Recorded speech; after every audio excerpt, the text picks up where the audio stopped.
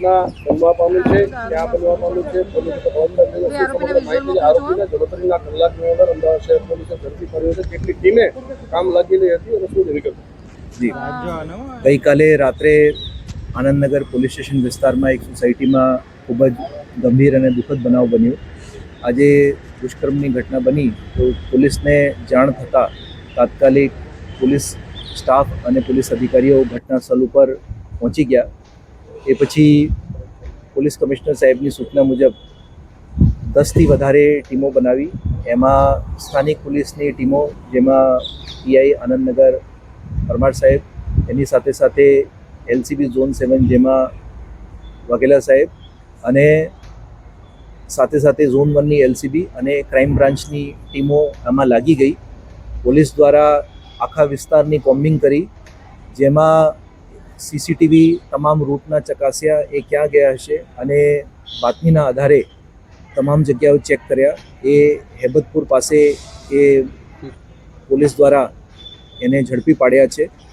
અત્યારે પોલીસ એની પૂછપરછ કરી રહી છે અને જે આગળની કાર્યવાહી, જેમાં એના મેડિકલ તેમજ ધરપકડ કરીને આગળના પંચનામાની કાર્યવાહી કરવામાં આવશે. આરોપી આ સ્થળ ઉપર ક્યારથી નોકરી કરવા આવ્યો હતો, કઈ એજન્સી સાથે જોડાયેલો છે અને એનો નોકરીનો ટ્રેક રેકોર્ડ શું છે? નામ સાથે એજન્સી જણાવશો? જી, આજે આરોપી છે એ લગભગ 4 વર્ષથી જુદા જુદા જે સિક્યુરિટી એજન્સી છે એમાં કામ કરતા હતા.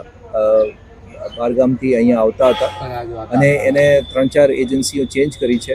અને છેલ્લી જે સિક્યુરિટી એજન્સી છે, A1 સિક્યુરિટી એજન્સી, એમાં 4 દિવસ પહેલાં જ એ આવ્યા હતા અને એના ફક્ત આધાર કાર્ડ, પેન કાર્ડ જેવી ડિટેલ લઈને વગર કોઈ તાલીમ આપે અને વગર કોઈ વેરિફિકેશન કરે એને સોસાયટીના ગાર્ડ ઉપર મૂકી દીધા હતા. એની ખૂબ જ બેદરકારી છે અને એના કાયદાકીય પગલાં લેવામાં આવશે અને એમાં એક્શન લેવામાં આવશે. અને એના વેરિફિકેશન કર્યા વગર એને મૂકવામાં આવ્યા છે. હું તમામ સોસાયટીઓને જે છે એને હું વિનંતી કરું છું કે આપણા જે સિક્યુરિટી ગાર્ડ છે એના આપ પોલીસને જાણ કરો, પોલીસની વેરિફિકેશન આપ ચકાસી લો અને આવા પ્રકારના કોઈ માણસ નહીં આવી જાય એના માટે આપ પોલીસને ધ્યાન આપો અને સિક્યુરિટી એજન્સીઓ પણ એને સિક્યુરિટી ગાર્ડને વેરીફાઈ કરે. આજે રાત્રેના સમયે જે ભોગ બનનાર બેન જે છે એ ટેરેસ ઉપર ગઈ હતી અને ત્યાં પછી એ સિક્યુરિટી ગાર્ડ આવ્યા હતા અને એને ટેરેસનો અને સિક્યુરિટી એજન્સીઓ પણ એને સિક્યુરિટી ગાર્ડને વેરીફાઈ કરે. ઘટના આખી બની કેવી રીતે? આજે રાત્રેના સમયે જે ભોગ બનનાર બેન જે છે એ ટેરેસ ઉપર ગઈ હતી અને ત્યાં પછી એ સિક્યુરિટી ગાર્ડ આવ્યા હતા અને એને ટેરેસના દરવાજા બંધ કરીને ગળું દબાવીને એ દુષ્કર્મની ઘટના કરી. એ પછી ત્યાંથી ભાગી ગયા હતા અને એના ઘટનાના જે સીસીટીવી છે એ પણ ત્યાં મળેલા છે. અને આજે બનાવ છે એ બાબતે FSLને તાત્કાલિક બોલાવીને તમામ પુરાવા જે છે અત્યારે એકત્રિત કરવામાં આવી રહ્યા છે અને જે પોલીસ દ્વારા એ મેડિકલ ચકાસણી તેમજ DNAની ચકાસણી કરીને આજે ચાર્જશીટ છે એ ઝડપ કરવામાં આવશે અને આરોપીને જે ગંભીર કલમોમાં વધુમાં વધુ સજા મળે એના માટે પોલીસ દ્વારા અત્યારે તપાસ કરવામાં આવી રહી છે. સાહેબ, આખો મામલો બહાર કેવી રીતે આવ્યો?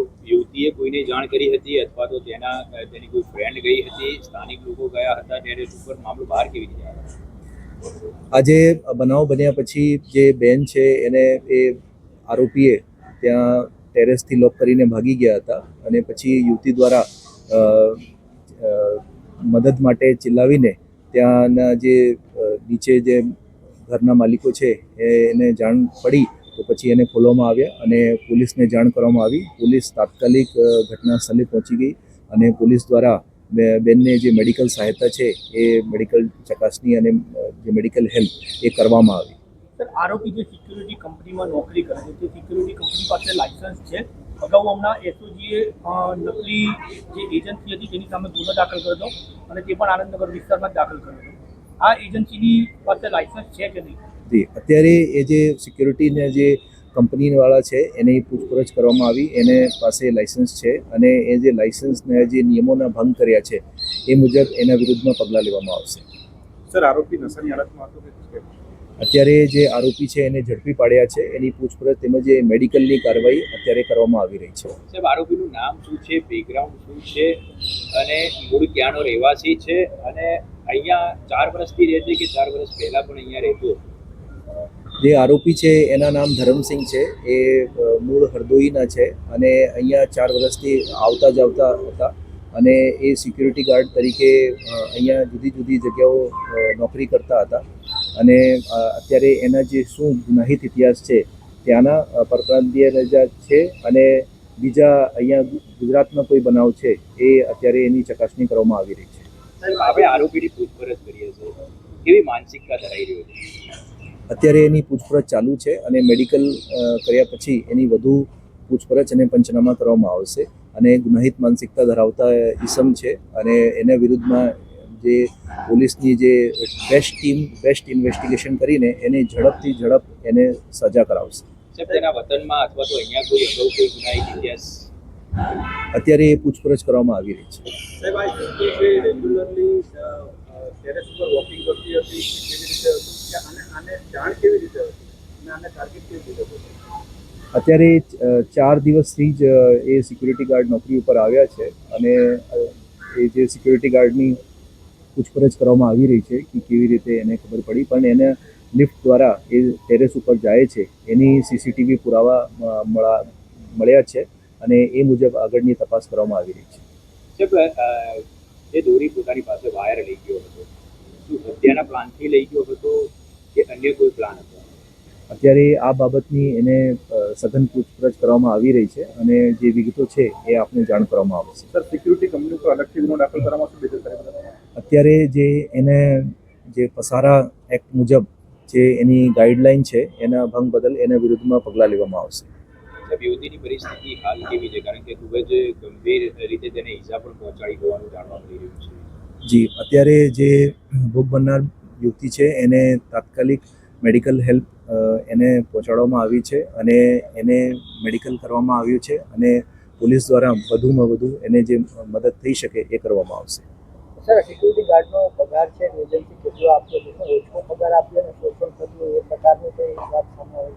એ અત્યારે જે સિક્યુરિટી એજન્સીને જે લાઇસન્સથી લઈને બીજી જે જુદી જુદી વસ્તુઓ છે એ ચકાસણી કરવામાં આવશે અને વિગતો બહાર આવશે. આ ઘટના બાદ શહેર પોલીસ તરીકે સોસાયટીના રહીશો, ચેરમેનો, સેક્રેટરીને શું?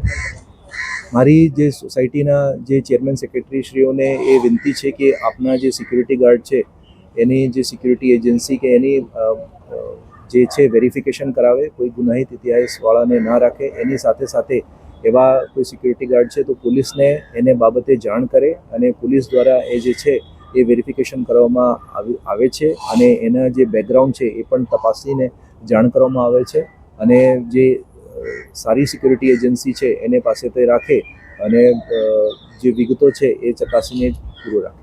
સાહેબ, જે મકાનમાં પીજી ચાલતું હતું એનું જે રજીસ્ટ્રેશન થયું છે એ બાબતે કઈ વિગત કોનું હતું, કોણ ચલાવતું હતું? અત્યારે પ્રાથમિક રીતે એ વિગતો છે કે એ ભોગ બનનાર છે એ ભાડા ઉપર રહેતી હતી, એ પીજી નહોતા. ઓકે સર, હિન્દીમાં